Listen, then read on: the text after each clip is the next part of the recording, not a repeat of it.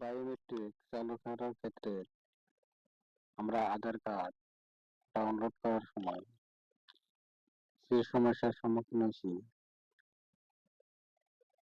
সেই সমস্যার এখন সমাধান হয়ে গেছে।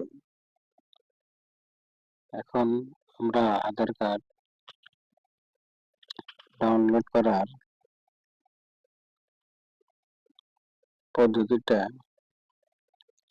আপনাদেরকে দেখাবো।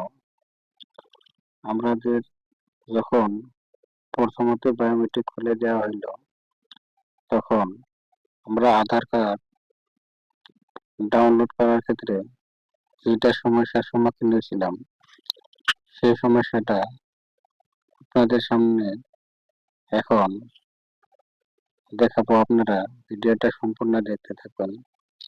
প্রথমত আমরা আধার কার্ড ডাউনলোড করার জন্য আমাদের কম্পিউটারের ওয়েবসাইটে আধার কার্ড ডাউনলোড অপশন স্ক্রিনে দেওয়া এই ধরনের পেজটা খুলে নেবেন।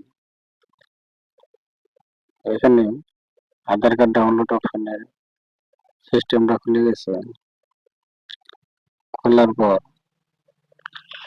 আমরা এখান থেকে কিভাবে আধার কার্ডটা ডাউনলোড করব সম্পূর্ণ ভিডিওটা দেখতে থাকুন। এখানে আমরা প্রথমত চেক আধার কার্ড স্ট্যাটাস অপশনটা দেখব।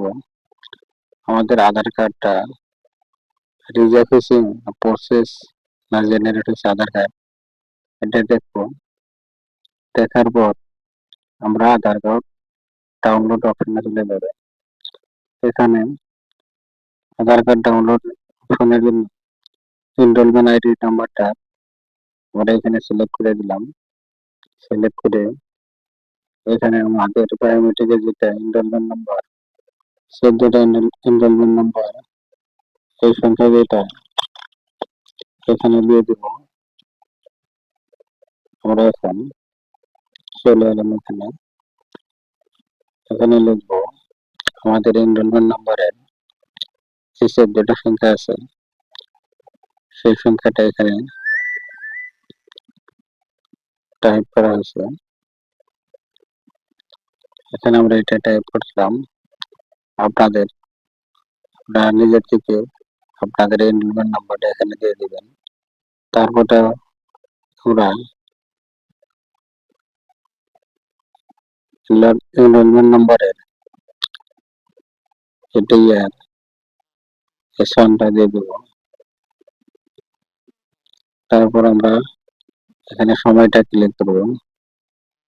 সময় যেটা দেওয়া আছে এখানে আমরা এই বস্তুগুলো সিলেক্ট করে নেব পুরোপুরি। তারপর এখানে আমরা ক্যাপচাতে ক্লিক করলাম।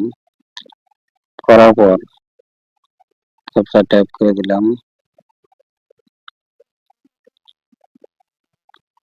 ক্যাপচা দেওয়ার পর এখানে আমরা সাবমিট অপশনে ক্লিক করার পর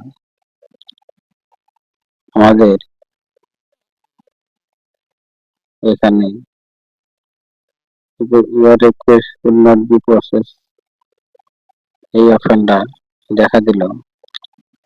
এই সমস্যার জন্য আমরা হয়তো বহুত আধার কার্ডটা ডাউনলোড করতে পারতাছি না। সেই সমস্যাটায় আমরা এখন সমাধানের জন্য এই ভিডিওটা তৈরি করা। এই সিস্টেমটা এখন রিকোয়েস্ট নট প্রসেস বলে দেখাইলো, সেটা হয়তো সার্ভার প্রবলেম হতে পারে।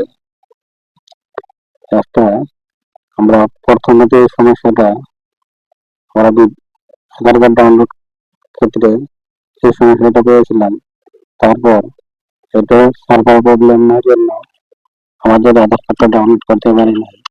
এখন আমরা সার্ভার প্রবলেম শেষ হওয়ার পর এখন নতুন করে আমার আধার কার্ডটা 2 দিন পরে আবার চেষ্টা করব।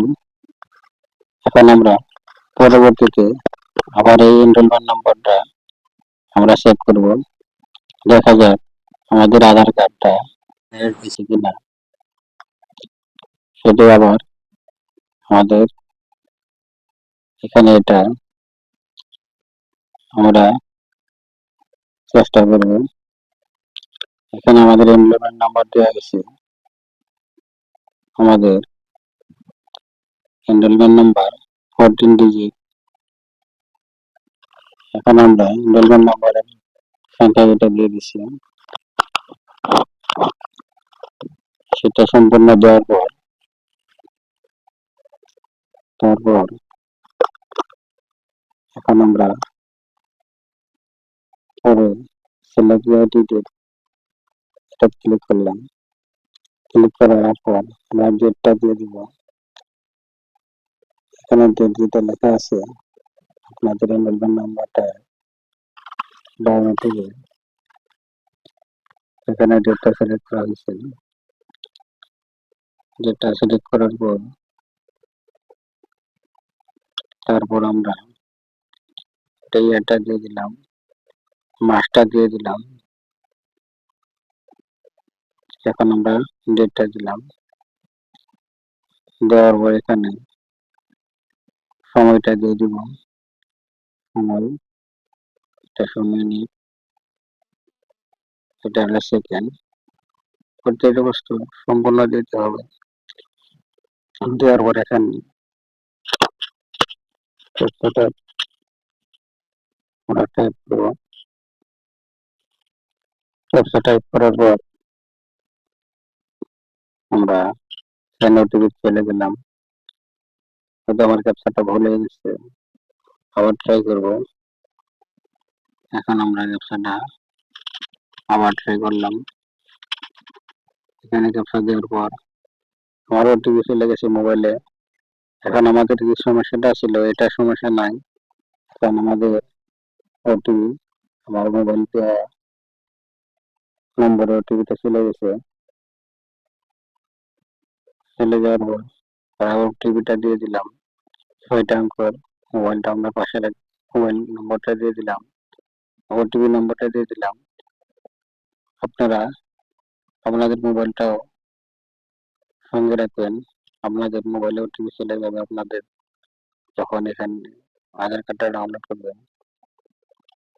এখানে আমাদের আধার কার্ডটা ডাউনলোড হয়ে গেছে। এখানে পাসওয়ার্ড আমি টাইপ দিচ্ছি।